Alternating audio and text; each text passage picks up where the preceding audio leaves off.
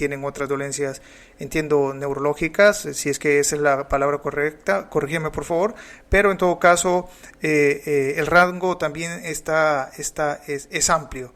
¿Es igual en Perú?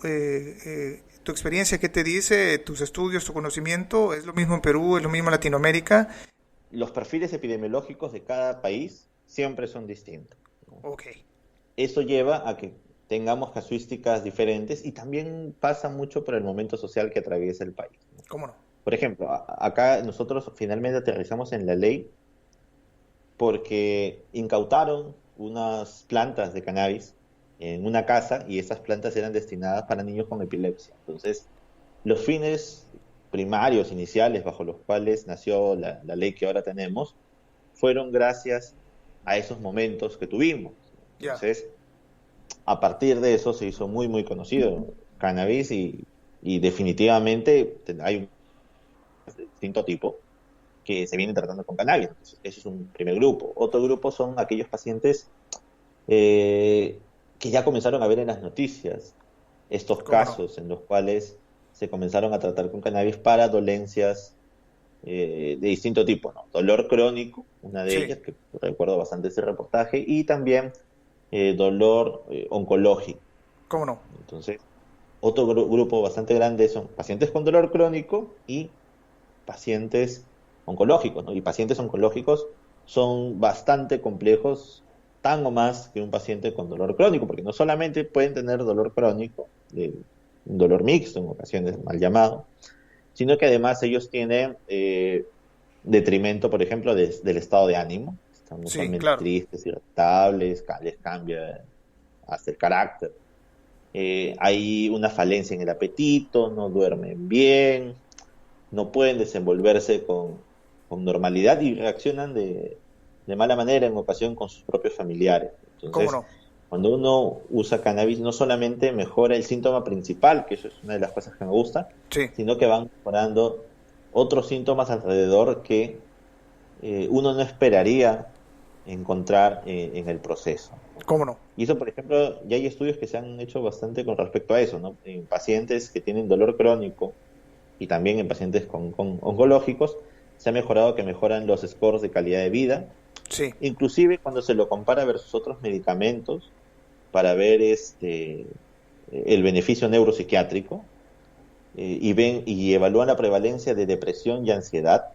Lo que ellos encuentran es que aquellos pacientes que usan solamente cannabis versus aquellos que usan solamente este tipo de analgésicos, ajá, encuentran que los pacientes que usan cannabis son menos deprimidos y ¿cómo son no? menos ansiosos.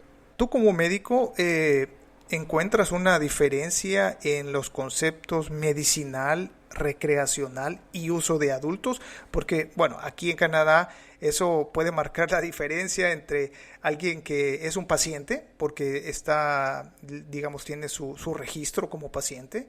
Hay otro tipo de pacientes que no tienen, digamos, esa prescripción, pero sí acceden con uso medicinal y está el otro, digamos, segmento que es, no lo llaman recreacional, más bien lo llaman uso adulto, ¿sí? Entonces, puede ser un poco de semántica, pero en el plano médico, ¿hay alguna diferencia? ¿Ustedes tienen alguna conceptualización diferente que valga la pena o simple y sencillamente todo es lo mismo? No, bueno, básicamente tú ya lo mencionaste, la diferencia es conceptual, ¿no? Porque la misma planta de cannabis que nos puede Ujú. servir para darle un uso adulto, nos puede servir para darle un uso médico. Esa Correcto. misma planta nos puede servir, por ejemplo, para tratar, no sé, dolor crónico, o nos puede servir para tratar ansiedad, trastorno obsesivo compulsivo, epilepsia, qué sé yo. En Perú, los usuarios medicinales están bajo norma, bajo ley y reglamento. ¿Cómo no? eh, Necesita una prescripción médica, necesariamente. Y Ok. tienen que ser registrados en Digemit, ¿no? El registro es bastante sencillo, se hace en una página web, necesitas computadora, internet y una impresora. No necesitas más para registrarte. Eh, Dentro de las vías de administración para los pacientes, la única vía que está prohibida es la combustionada. Es decir, no se puede fumar. Si es que eres Ok, paciente, entiendo. no puedes fumar. Es lo único Entiendo. que está prohibido. Ok. Eso sí está expresamente puesto en el reglamento. Sí. Con respecto al uso adulto, eso ya no está dentro de la ley de cannabis con fines médicos, sino eso está dentro más bien del Código Penal. Ok, Toda persona, y esto es desde hace años, o sea, esto no es nuevo, sí. toda persona puede darle el uso a su marihuana como ellos quieran, o Ujú, su cannabis de la forma en que ellos quieran, correcto. pero el porte máximo son 8 gramos de planta ¿Cómo no? o 2 gramos de algún tipo de derivado. Pero a pesar de que ese sea el porte permitido para una persona, cualquier persona consumidora en Perú, o que le dé un uso adulto, no puedes comprarla ni tampoco puedes cultivarla. Comprendo. Entonces, eso haría de que si es que tú eres un consumidor y tienes cannabis, tendría que aparecer en tu bolsillo. Ok, Puede encontrártelo por la calle. ¿cómo Es no? una ilógica que existe Sí, ok, en la ley peruana, comprendo. pero así está. Ok, bueno, solo para complementarte lo que acabas de decir, aquí en Canadá la ley lo que te permite es tener hasta 30 gramos máximo cada persona, Wow. 30 gramos máximo diario. Es decir, solo puedes acceder a eso a través de, estoy hablando del uso recreacional, como Claro, claro. seguramente lo sabrás, existen dispensarios donde puedes ir a comprar lo que quieras, lo que te imagines, siempre y cuando no pases del 30 gramos de flor seca y el equivalente a cualquier otro extracto que entiendo que tiene más o menos como unos 10 gramos, sí, más o menos del peso neto del concentrado que adquieras. Um, por otro lado, hay otra diferencia en cuanto a los pacientes. Ellos pueden tener, si mal no recuerdo, hasta entre 90 y 150 plantas de cultivo propio en sus residencias, pero obviamente cada municipalidad eh, establece los reglamentos mediante los cuales una persona puede sembrar en su casa, porque el tema de la vecindad, de los vecinos, a eso me refiero, es complicado, el olor y todo eso. Entonces, esa es otra de las diferencias importantes que hacen aquí en Canadá sobre los consumidores médicos. O si no, tú puedes contratar a un productor con licencia que tú haces una especie de acuerdo o contrato con él y él puede cultivarte tus 90 plantas y proveerte el material, o perdón, con la medicina. Y aquí no pueden consumir menores de 18 años. Las reglas de consumo básicamente son muy similares al tema de el consumo del tabaco.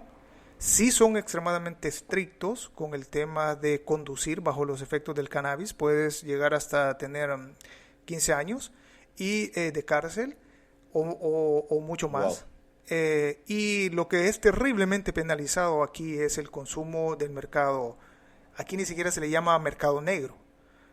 Por todo el tema de historia cultural en Canadá relacionado con el cannabis, le llaman mercado tradicional o mercado gris, pero no le llaman mercado negro, también por el hecho de la connotación racista. Entonces, Ah, ok, ok. aquí no se le llama de esa forma. Pero bueno, la venta a los menores es terriblemente penalizada. Es algo que te puede costar muchísimos años de vida en la cárcel. Entonces, digamos, estos son algunos de los matices que existen aquí en Canadá. Obviamente estamos hablando de un país que ya tiene una historia diferente en cuanto al acercamiento que tienen del cannabis. Pero digamos, al igual que en Perú, si quieres o si necesitas cannabis para uso medicinal, tienes que pasar por el consultorio de un especialista, de un médico, que obviamente hará las evaluaciones correspondientes para darte lo que tú necesitas. El médico, al igual que entiendo en Perú, no recomienda una cepa específica, Claro. sino más bien como líneas generales. Es más o menos así se mueve el tema aquí en Canadá. ¿Cuánto cuesta el acceso para una persona el cannabis medicinal en Perú, Peter? Bueno, teniendo en cuenta lo oficial, ya sabes, cada frasco de aceite vale $15 aproximadamente. Sí, Un paciente promedio se va a gastar de 2 a 4 frascos al mes. cómo no. Eh, y la consulta médica, bueno, lo que te valga, ¿no? Claro, Dependiendo con qué médico pases. Sí, y básicamente eso, o sea, no gastas más allá de eso. ok.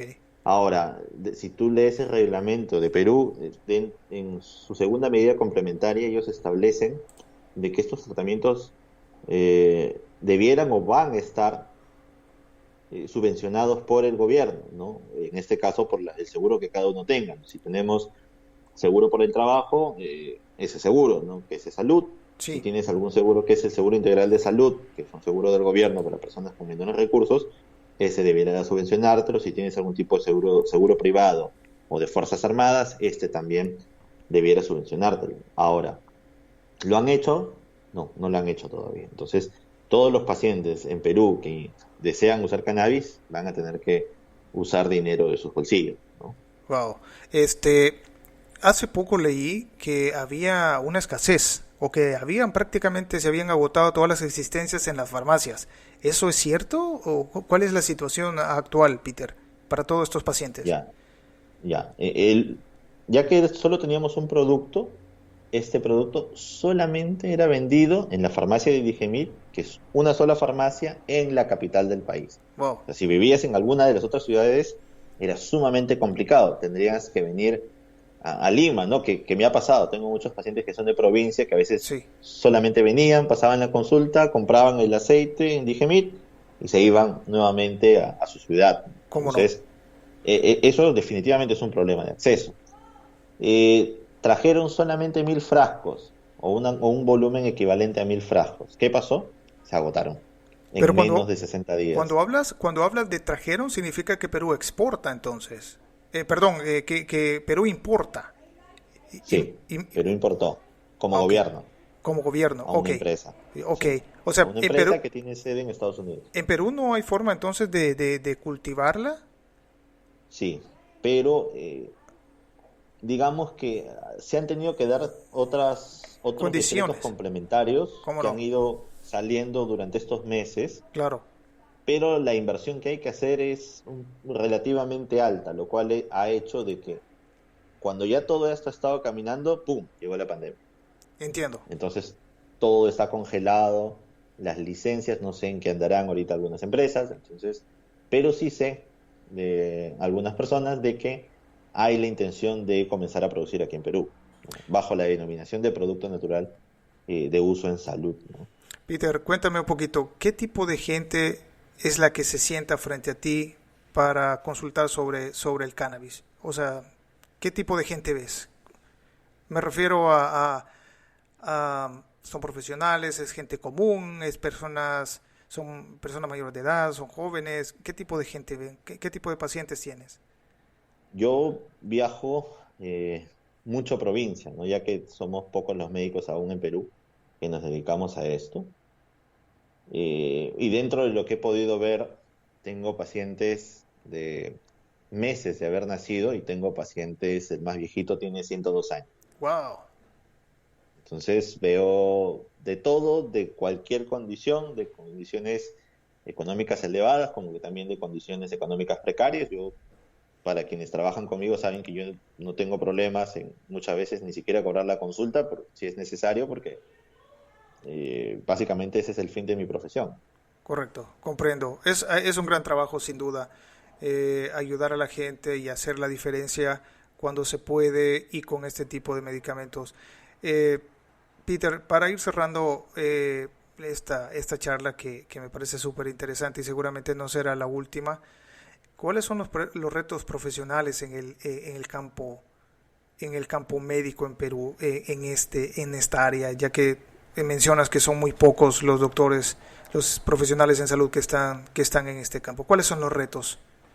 A ver, uno de ellos es desde el punto de vista de educación, ¿no? Llevar información, pero llevar información sustentada hacia los profesionales médicos en Perú, que tenemos todo un equipo de trabajo en ello. El trabajo es un trabajo muy serio, muy demandante también, Sí, pero creo que lo venimos haciendo bien, pausadamente, y creo que bien.